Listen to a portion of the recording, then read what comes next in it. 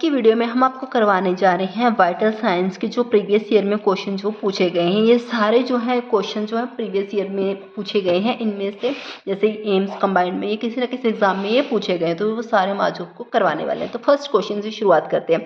First question है sign including temperature, pulse, respiration and blood pressure that are taken at each visit. इसको क्या बोलते हैं? इसको क्या बोलते हैं? Vital signs. बहुत ही ईजी क्वेश्चन था। Which temperature is considered as the most accurate? कौन सा है? तो रेक्टल टेम्परेचर मोस्ट एक्यूरेट है। उसके बाद which of the consider the fifth vital sign in emergency department में फिफ्थ वाइटल साइन किसको मानते हैं? ये एम्स, ऋषिकेश और जोधपुर में पूछा गया है 2017 में। तो इसका पेपिलरी रिएक्शन टू लाइट, क्योंकि जब पेशेंट इमरजेंसी में आता है तो क्या करते हैं, उसको लाइट मार के देखते हैं आंखों में, अगर वो ज़्यादा क्रिटिकल होता है पेशेंट तब। उसके बाद the difference between systolic and diastolic blood pressure, उसको क्या बोलते हैं? उसको बोलते हैं पल्स प्रेशर। जैसे कि इसका एक बहुत इंपॉर्टेंट क्वेश्चन बनता है, जैसे इसमें पूछा गया है नॉर्मल पल्स प्रेशर इस 40 mmHg 120, तो में से 80 माइनस करके आया है। लेकिन बहुत सारे क्वेश्चन जो दूसरी पल्स होती है ना उसके साथ कंफ्यूज हो सकते हैं, इसीलिए ये नॉर्मल अगर पल्स प्रेशर पूछ रहे हैं तो ये बीपी का जो ये डिफरेंस करके आता है ना, systolic and diastolic blood pressure का डिफरेंस होता है, वो होता है पल्स प्रेशर। और अगर नॉर्मल पल्स पूछे तो वो दूसरी पल्स होती है। उसके बाद the type of fever in which the temperature fluctuate करता है more than 2 degree Celsius all above normal during and 24 our period. 24 our period में जब टेम्परेचर है फ्लक्चुएट करता है, उसमें क्या बोलते हैं? रेमिनेंट फीवर बोलते हैं उसको। उसके बाद क्या है? Pulse rate should be checked for, कितने सेकंड तक पल्स रेट चेक करनी चाहिए? एम्स कंबाइंड में 2020 में पूछा गया, तो इसका आंसर है 60 सेकंड। उसके बाद the site of pulse in the neck is called, क्या बोलते हैं जो नेक में पल्स की साइट है? ये एम्स पटना में पूछा गया है, इसका आंसर है कैरोटिड। उसके बाद a heart rate more than 100 minute is called as tachycardia बोलते हैं, ये भी डीएसएसपी के एग्जामिनेशन में पूछा गया है।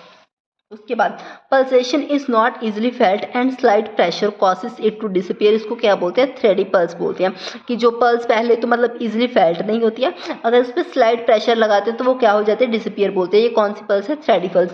ये कौन सी पल्स होती है? जो वीक पल्स होती है, जो इजिली मतलब हमें फील नहीं होती है, अगर हम इस पर प्रेशर लगाते हैं तो वो क्या होते हैं? डिसअपियर होते हैं, वो थ्रेडी पल्स है। उसके बाद normal pulse rate changes range in adult mail, क्या है normal pulse rate? AIIMS Rishikesh में पूछा गया है, तो इसका आंसर है 6 to 90। उसके बाद when pulse rate is less than 60 beats per minute it is called rest, उसको क्या बोलते हैं? अगर पल्स रेट कम है तो उसको बोलते हैं ब्रेडिकार्डिया, अगर ज़्यादा है 100 बीट पर मिनट है तो उसको बोलते हैं टैकीकार्डिया।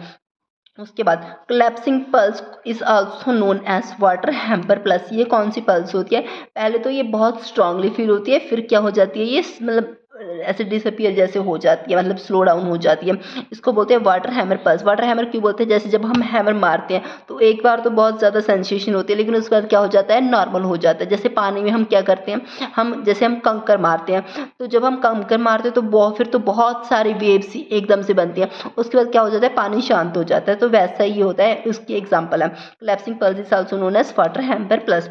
उसके बाद in adults most common site for taking pulses कौन सी है? आरआरबी के एग्जामिनेशन में पूछा गया है, रेलवे में।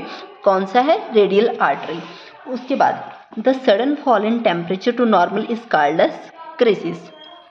Next question is what is the correct formula for converting Fahrenheit to Celsius, ये पीजीआई में पूछा गया है। अगर तो पूछा गया है कि फॉरेनहीट को सेल्सियस में कन्वर्ट करना है तो F-32 मल्टीप्लाई 5/9। अगर करना है फॉरेनहीट को मतलब इसमें convert Celsius temperature to Fahrenheit में करना है तो 9/5 plus C multiply by C plus 32।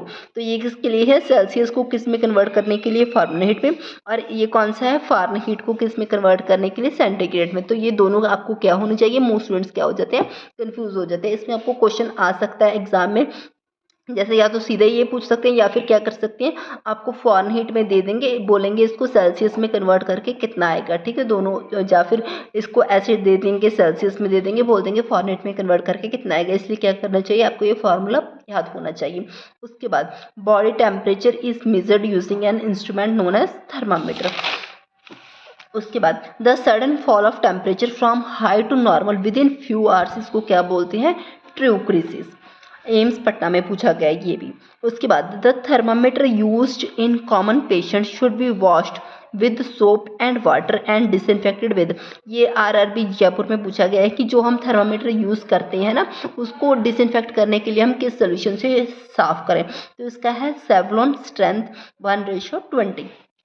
उसके बाद नेक्स्ट क्वेश्चन है, the rectal thermometer is inserted up to the anus. Rectus में मतलब रेक्टल थर्मामीटर जो है वो एनस में कितने इंच तक मतलब हम लगाते हैं, मतलब अंदर करना है उसको, तो है 1.5 इंचेस। और चिल्ड्रन में क्या है 1 इंच तक, और एडल्ट में क्या है 1.5 इंच। अगर दोनों में कुछ भी आता है एग्जाम में, अगर चिल्ड्रन पूछ रहे हैं तो 1 इंच, अगर एडल्ट पूछ रहे हैं तो 1.5 इंच।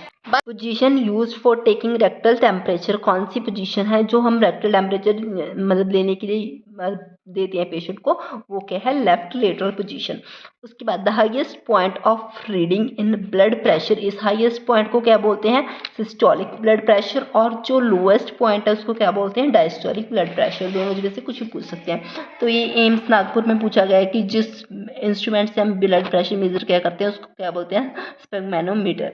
उसके बाद while measuring blood pressure in the upper arm the chest piece, कहाँ पे रखते हैं स्टेथोस्कोप का चेस्ट पीस कहाँ पे रखते हैं अपर आर्म से। जब हम ब्लड प्रेशर ले लेते हैं तो वो उसका आंसर है ब्रेकियल आर्टरी पे हम उसको क्या करते हैं थर्मामीटर को रखते हैं। उसके बाद routine blood pressure measurement screening start from the age of 3 year से रूटीन जो ब्लड प्रेशर मॉनिटरिंग जो है वो शुरू हो जाती है। Increased depth of breathing with normal respiratory rate is called as hyperpnea. उसके बाद normal respiration is also known as apnea। तो इसी के साथ जो है सारे जो previous year questions vital science में से आए हुए हैं अलग अलग एग्जामिनेशन में, वो क्या हो गए हैं कवर हो चुके हैं। तो अब हम क्या करेंगे नेक्स्ट टॉपिक लेकर आएंगे जिस प्रीवियस ईयर क्वेश्चंस। लेकिन अगर आपको किसी स्पेसिफिक टॉपिक में से चाहिए कि प्रीवियस ईयर क्वेश्चन हमें इस टॉपिक में से चाहिए या किसी सब्जेक्ट में से चाहिए, तो आप क्या कर सकते हो हमें कमेंट करके बता सकते हो, हम उसके लिए भी आपके लिए स्पेशल बना देंगे।